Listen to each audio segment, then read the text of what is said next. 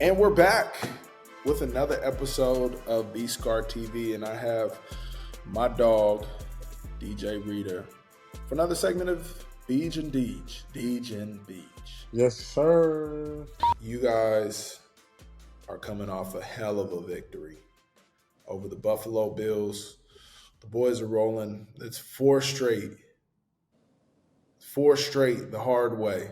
How are Yeah, you man. feeling about the season, man? Talk to me. Hey, man, I'm feeling good. I had a double pickup this weekend. The Tigers won at home. We won at home. It's rolling back around this week, so I needed to go again. But we feeling good, man. Joey B's he's under center now. Teams can't just sit back there and play with my boy. Offense is rolling. Defense, we doing our thing, man. Guys, we got a bunch of young players on the team who are stepping up and really just coming out there juiced up and really doing their thing. So it's feeling good, man. It's a unique little feeling because we start so damn slow. I wish we didn't do that and put ourselves in this position, but we're right back where we want to be right now. Yeah, it's got to be a nice feeling as a defense that your offense is starting so fast. The first couple of drives out, they're putting points on the board. And this past game, I'm putting touchdowns on the board. They're getting in the end zone. So, that's got to be good for a defense and Yeah, the no, it feels confidence. real good, man. Just because early in the season they just weren't clicking, and you could tell it was frustrating to them. Not only for us, like it's frustrating. Obviously, like it is what it is. But like those guys like super special players, and they want to be doing better, and you can see that frustration kind of set in. So it feels good now to be able to watch them come off the fields. They got that look in their eye, and like as a defender, I'm juiced up. I'm like, hell yeah, this is what I've been waiting on. We ready? Knew it was gonna Yeah, break through. Now, hey, now it's rolling. It's back up. yeah, no doubt. I think maybe the reason why they came out so hot was because of that pregame speech that you gave them, Deej. Hey man, they might have, man. I was juiced up for that speech, man. And I usually that's not something I do. I do the tonal speech, but like pregame in front of the team, I'm just not that guy. And a couple weeks, man, something just been in my spirit, Let's and go. I'm feeling it right now. So they've been responding well. So we'll keep it going till something happens. And you dropping quotes on them in the I'm dropping pregame big speech. quotes on him, man. I can't give the world every quote. But I got some knowledge. Hey, I be sitting there, and it's not the night before. It's like I'm sitting there in my locker, and I'm not I don't know how you were before the game, but I'm not like a big like, oh yeah, I'm locked in guy. Like I'm probably talking, hanging out, looking over the game plan sheet. I spend most of my time trying not to distract some of my teammates, honestly. Like Mm, so then I think of these quotes. I'm like, ooh, this one I'm gonna say. I'm about to go crazy. It's yeah. time to lock in. It's time to like. And then when I lock in, it's ready to go. I'm ready. I'm ready. I'm ready. I get it off my chest, and the energy's lit. Yeah, we're different players, man. My first few years, I'm a towel over the head, earphones on, don't talk to me. I'm looking mad. I'm looking like I'm about to go to war. That's how I've always been. Towards the back end of my career, last few years, I've taken it a little more easy. It's kind of easy going, trying to keep it loose, laughing, Yeah. cracking jokes, listening to uplifting music instead of wartime music. What is on your wartime category? Like, what do you mean wartime music? What are you listening to? Mm, Give me the loot. Notorious Okay. B.I.G. Okay. Okay. Duffel Bag Boy. That's a classic. Louise. That's so classic. Yeah. Those are just a couple of them. But Okay. yeah, there was a point where I was before games. I started to listen to meditative um, like episodes on Headspace, and then I'd put on some reggae and just kind of just really be chilling, just breathing. And I feel like it started playing better that way too. So. Dudes, yeah. See, I spend most of my time trying not to distract people like you. I'm in a normal state. I'm trying to like I'm over there talking to the equipment people, kicking it with them. You know what I'm saying? Like picking at people outfits who walk in, some of the styles we like. We sit there and judge. Like it's Oh, cool. okay. I'm Yeah, having a it's good another time. day. Yeah, and then You no, treating no, it it's like not another another day. day. I'm dead ass. I think that's like a distraction mechanism I use. Like I just try to distract myself that way because I'm too amped Mm. up. Because like when I'm locked in, like by the time the game starts, you know me, I mean, you play with me, I'm like, I'm passionate about this shit. Like I'm ready to No go. doubt. Yeah. Yeah.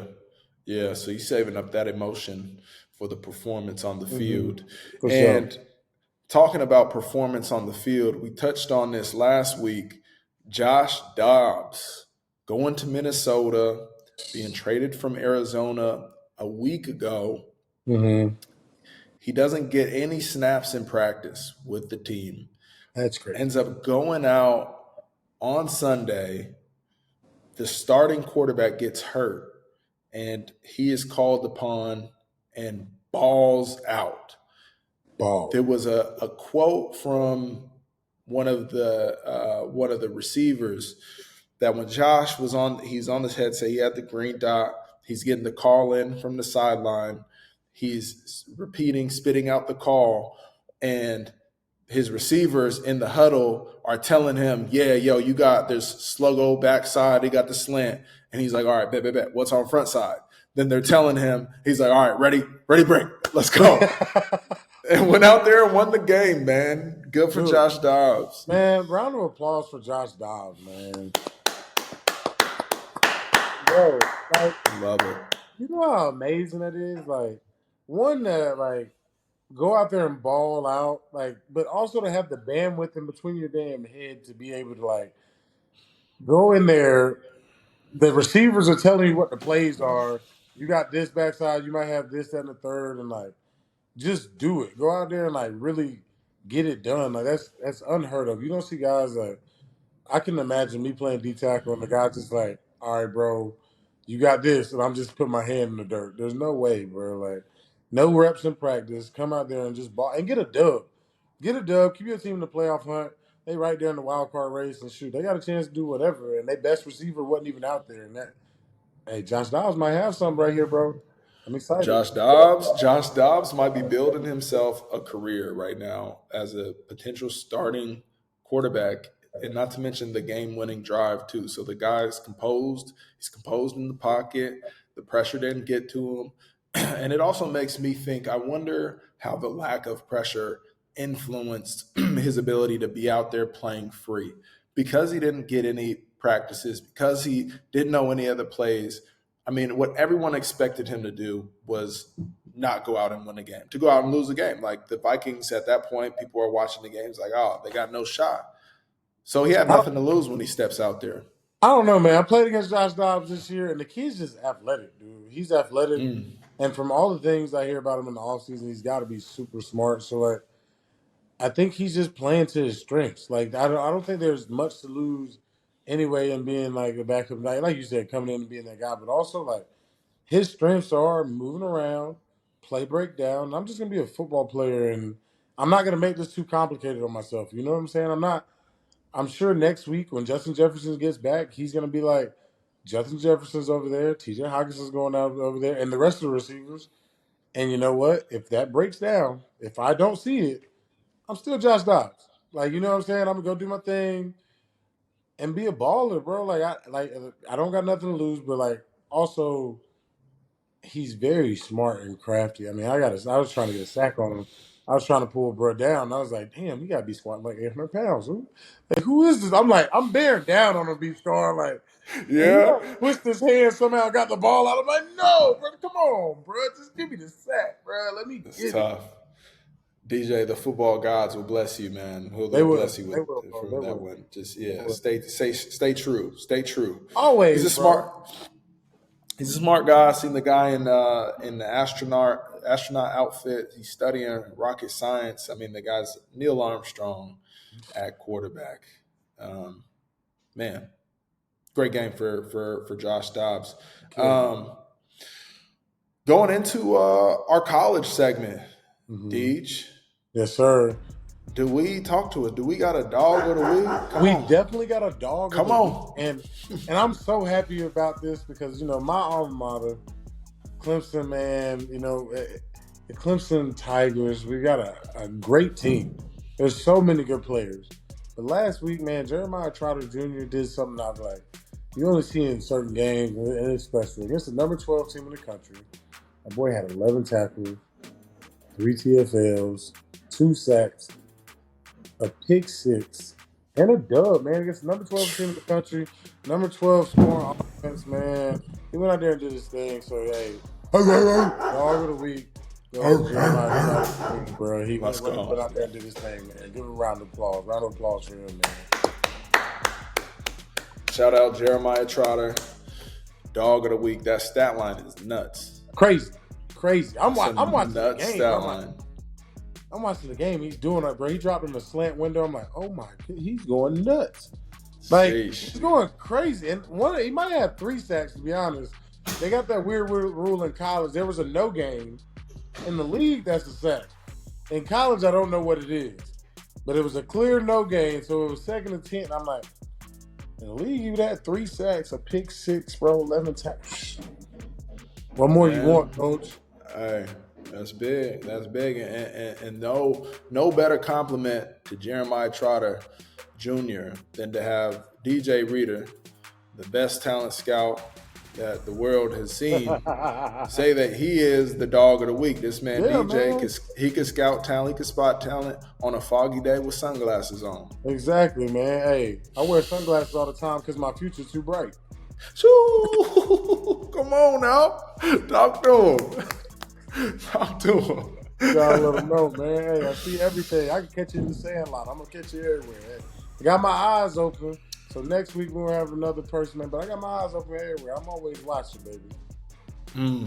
Deej always watching for the dog of the week. Speaking of sunglasses and covering up your face, Caleb Williams, the quarterback for USC, suffered a tough loss against University of Washington. Potentially remove them from the playoff race. And so it was a very emotional response. And after the game, Caleb Williams was caught on camera up in the stands with his mother, who then covered his face with what it looked like maybe the pregame booklet. And he was emotional, and he shed tears with his mother after the loss. And this display of vulnerability has caused some conversation on Twitter, on Instagram, and people calling him a crybaby, saying that, if Drake played college football, it'd be Caleb Williams, and et cetera. And so I'm curious what your thoughts are about the crying after the game. Is that something that is okay? Is it better as a leader, as a teammate, to suck up those emotions and just hold it together and do that in private? Or what's your take on that, Deej? It's crazy how Drake got astray. First of all, that's wild. But out of all that, Drake got astray in the comments is crazy to me. But for me, I can't tell everybody how to handle their emotions. Everybody's cried after a game before. I feel like we've all had that kind of reaction. I don't know that we've had that moment on national television where we went up in the stands and like sat with our mom. And I think that was the toughest part, I think, for people. I do subscribe to there's no crying in baseball. Like, when in the lead on, when Tom Hanks says that, I subscribe to that in sports. Like, I'm a firm believer, if you go out there, you do all you can, man, you leave it all out there, there's really no reason to cry. But I'm also human and understand it's an emotional game, and those things happen. I can't say that I've never not cried in the locker room because of this and the third, whatever. And the kid balled out. He has no reason to be crying. But I don't know. That's tough, bro. That is tough to go up there, with the shout out to his mom covering his face, because I'm sure she knew what kind of look this was going to be. But I think that's a tough thing to do. I don't, you're playing this sport and you are vulnerable. You're super vulnerable as a player, and you're emotional. It's an emotional game, but you can't go in that stance. Maybe go share that crowd with your teammates in the locker room. You know what I'm saying? Yeah. No, for sure. And I think I commend Caleb for his vulnerability because he doubled down in the locker room Yeah. or in the press conference saying that he was going to go home and he was going to go cuddle with his dog and just watch some shows and lay in the bed. And I think that level of truthfulness coming from especially a football player, but potentially the number one draft pick, I think is empowering to men, all around the world, right? That masculinity is not defined by the lack of emotion that you show. On the Correct. other hand, I do think that there's a time and a place for certain emotions, and as a leader and wanting to display a level of strength as a leader with your teammates, that maybe a better time to show that emotion would be in the locker room surrounded by your guys instead in the stands with your mother. Yeah. I mean, I've cried on my mama's shoulder many a times. Yeah. I'll be Plenty. the We first to all say have. Yeah. that. But there's always a time and a place, and I can't Yeah. say one way is right and one way is wrong. But as a guy who shared tears in the locker room with guys after losses, I think that's a powerful place, and I'm sure that Yeah. happened in the USC's locker room. After And like you might tell me, like me being your boy, you might be like, bro, I'm out. I'd be like, bro, what you gonna do? Like, bro, I'm out to just go cuddle on the couch with the dogs and watch some show. Like that's perfectly normal. You know what I'm saying? Like we say stuff like that all the time to each other, but like, and I'm not saying that you can't have that level of truthness to the media. It's just like, damn, like it's like there's also a flip side of this. You see people out there who are motivated by these things. There's also little kids out there who are going to be motivated by you and understanding, and maybe they need to hear that part, but they also need to hear like, yo, like this is disappointing. This is not the outcome that we want. This and like, you know what I'm saying? Those type of situations, and know that it's okay to be tough in those moments as well, man. It's not. yeah, right. There's nothing wrong with it. It's okay with dealing with failure and just having to stand through it. It's not, and that's okay. You go out there, you did your thing, you did all you could do. If that's how the cookie crumbled that day, that's just how it goes. You know what I'm saying? Yeah, no doubt. I mean, yeah, there's kids out there that could probably use some bossing up at that mic. Yeah, Like, hey man, we lost the game. I'm about to get back to work. Let's go. Turn the page. Fuck it. yeah. So there's Or a stoic face on the sideline. I mean, there's so many different ways to there's so many ways. look at this situation. But hey, man, hopefully, USC. Well, I really don't care what USC does for the rest of the season, but shout out Caleb Williams. Shout out Caleb Williams. He's balling. Fellow light skin, always be in the corner of a fellow light skin. Yeah, man. Hey, you got to take that side. I got a rep for our dark skinned brothers over here.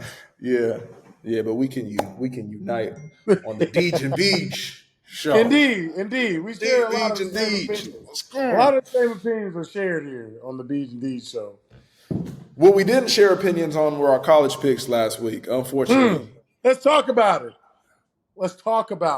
We actually probably don't even need to talk about last week, other than to say that you're up on me 4-1. That's the running tally. I need the Carolina to put one of those things up on there, like that shows the running tally of me going crazy right now. Four dubs.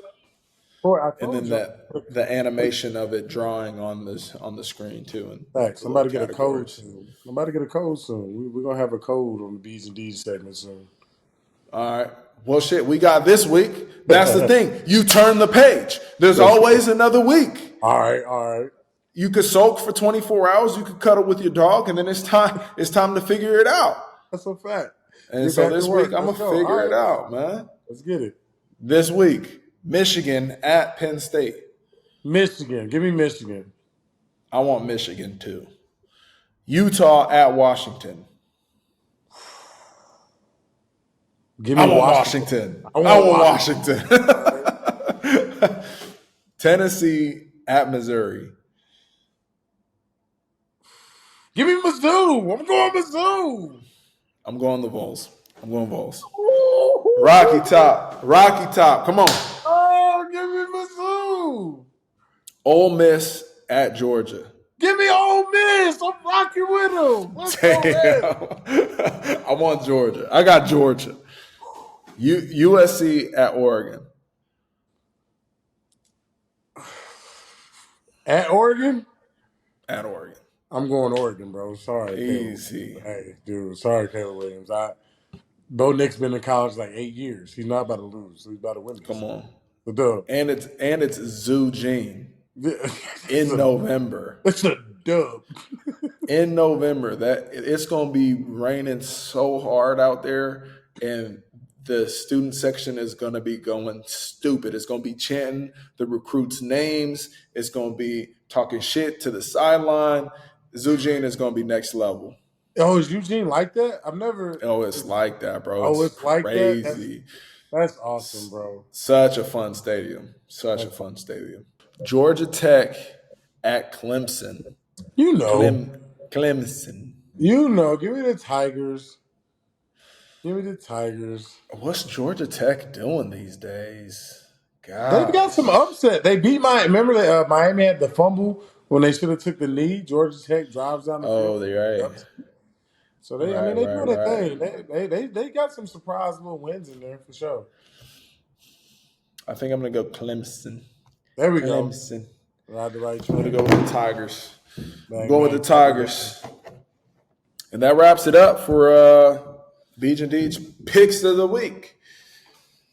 And to take us to our last but not least culture segment of the show, we got some beef in there, man. We got some beef sizzling on the green egg, and it's been on that grill for a while, but now it's starting to char. That steak is starting to bubble up, and the I Am Athlete versus the Pivot beef has come to a head and has been taken off the grill and served to everyone in the public to see. Brandon Marshall, Channing, Fred Taylor, and Ryan Clark have been going back and forth because Fred and Channing were previously with I Am Athlete, moved on to join the Pivot because of some drama that happened with Brandon as soon as from speculation, not knowing the facts, when I Am Athlete truly blew up, Fred and Channing did not feel that they got fairly compensated. They felt cheated. So they moved on to join Ryan Clark at the Pivot podcast. Since then, I Am Athlete has been through a couple of different co-hosts alongside Brandon Marshall. Brandon just recently got on Cam Newton's show and spoke on the beef and spoke on Fred, spoke on Channing. He didn't truly speak on Ryan Clark, but he kind of like shushed him off. He shushed him off when asked about Ryan. And this is coming shortly after the new season of I Am Athlete being dropped, and they've had guests like Tyreek Hill and Alden Smith. And Brandon's comments were responded to by Channing, Fred, and Ryan on the Pivot podcast, basically saying he's full of shit, he's a bad guy, bad business, and the reason why he can't keep partners is because of the way that he's moving. A lot of he say here, but what's your take on the beef? Oh man, you never like when you see black men beefing, especially guys who I guess to have a show together, I would consider you would have to be some sort of friends. You know what I'm saying? Have some sort of friendship and know each other from a past life, not just this necessarily show world.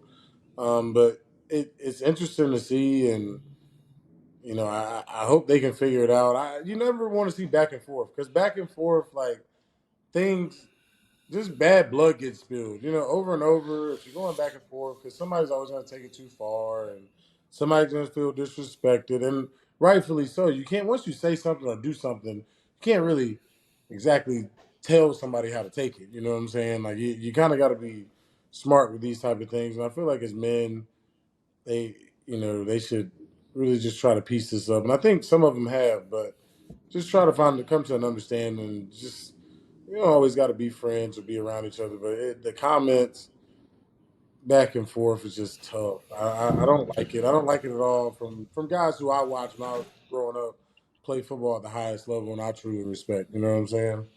Yeah, for sure. You hate to see guys, especially in that light on the platform that they have, be going back and forth and displaying bad blood. I think that Yeah. shows a lack of togetherness and connection of us, as a brotherhood, being in the NFL, and also as black men. I agree with that.